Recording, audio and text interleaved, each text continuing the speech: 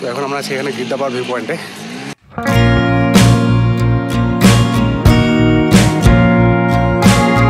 এই রাস্তাটা চলে আসছে এদিকে, কার্শিয়াং থেকে এদিকে চলে আসছে রাস্তাটা।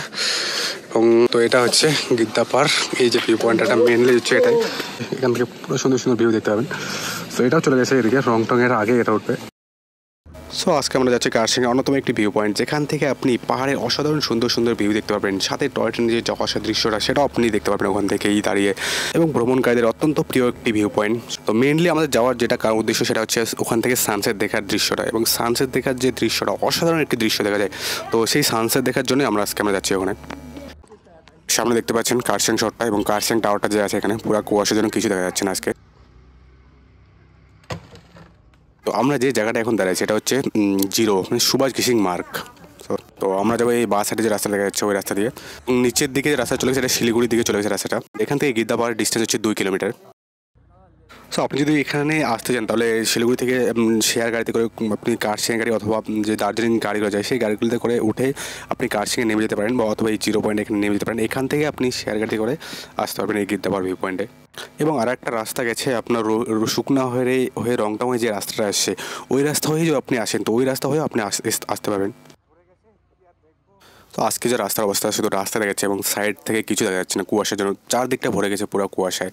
তো যাবো আমরা ভিউ পয়েন্টে। তো দেখা যাক ভিউ পয়েন্টে গিয়ে আমরা দেখতে পারি কি পারি না সানসেট। তো সামনে চলো যাও। এবং সামনে দেখতে পাচ্ছেন ওই যে দেখা যাচ্ছে গিদ্দাপাড় ভিউ পয়েন্ট। তো চলো।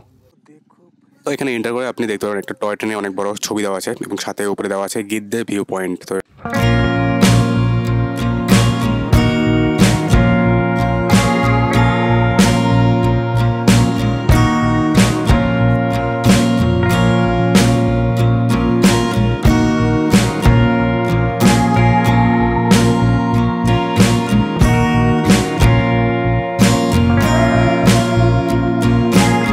এখন আমরা আছি এখানে গিদ্দাপাড় ভিউ পয়েন্টে।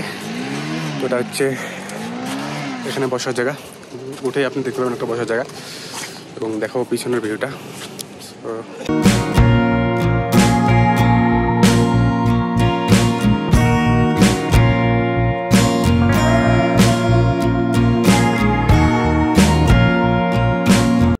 এবং নিচে সামনে দেখতে পাচ্ছেন একটা স্ট্রাকচার বানানো হচ্ছে, এটা সাধারণত রোপওয়ের জন্য তৈরি করা হয়েছে।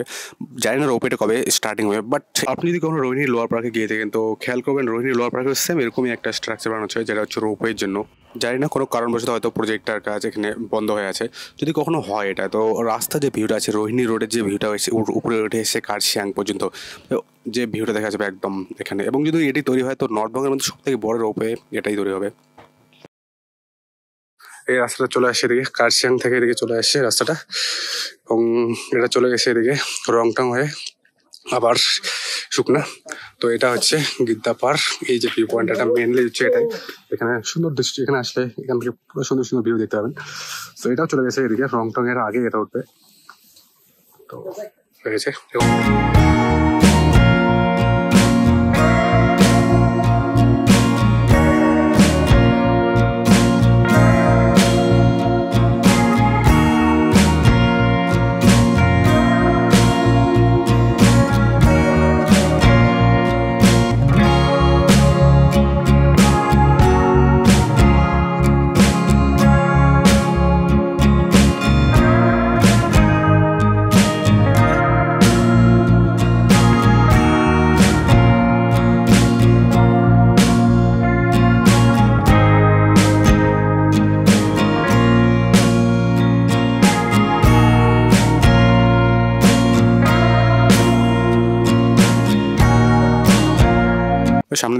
সামনে দেখতে পাচ্ছেন কুয়াশার একটু আনাগোনা চলছে এবং সাথে আছে সানসেটের যে দৃশ্যটা, অসাধারণ একটা কম্বিনেশন দেখতে পাচ্ছেন সামনে থেকে।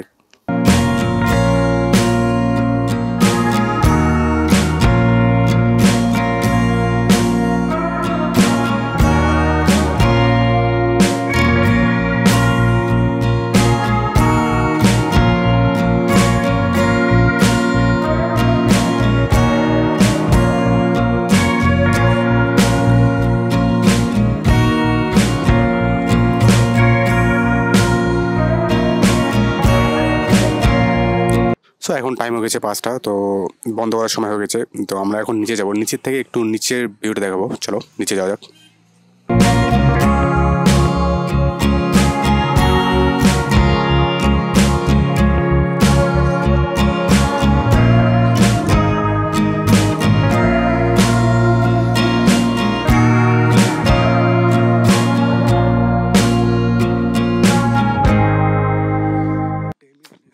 সো এখন আমরা নিচে চলে আসলাম, এখানে নিচে ভিউটা দেখবো এদিকে।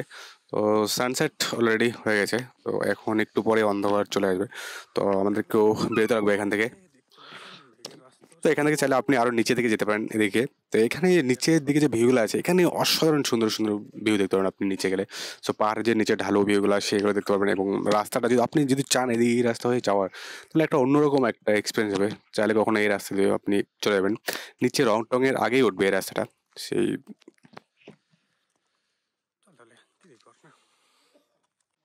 তো আর আমরা নিচে দিকে যাবো না আজকে, তো আজ কারণ অনেকটাই আজকে লেট হয়ে গেছে। তো অন্য আরেকদিন যাবো, এই রাস্তা হয়েই যাবো রংটংয়ের দিকে। তো তখন একটা পুরো ব্লগ দেখাবো। তো আজকে আমরা এখান থেকে বেরোবো, কারণ কি সানসাইড হয়ে গেছে। এখন বেরোবো এখান থেকে, সন্ধ্যা সন্ধ্যা হয়ে যাচ্ছে, চারদিকটায় কুয়াশায় ভরে যাচ্ছে। তো এখানে যদি আপনি কখনো সানসেট ভিউটা দেখার জন্য আসেন, তো অবশ্যই 5টার আগে আসবেন, কারণ কি 5টা একদম ফিক্সড 5টা বাজলেই এখানে বন্ধ করে দিয়ে দেয়। সকাল 7টা থেকে বিকেল 5টা পর্যন্ত খোলা থাকে। ও ঠান্ডা হাওয়া হচ্ছে, তো এখন বেরোতে হবে, কারণ কি সন্ধ্যা হওয়ার একটু আগে আমাদেরকে এখান থেকে বেরোবো আমরা। সো ভিডিওটা ভালো লাগলে অবশ্যই লাইক কমেন্ট শেয়ার করতে ভুলবেন না, এবং অবশ্যই চ্যানেলটাকে সাবস্ক্রাইব করে রাখবেন। ততক্ষণে ভালো থাকবেন, সুস্থ থাকবেন, দেখা হচ্ছে নেক্সট ব্লগে।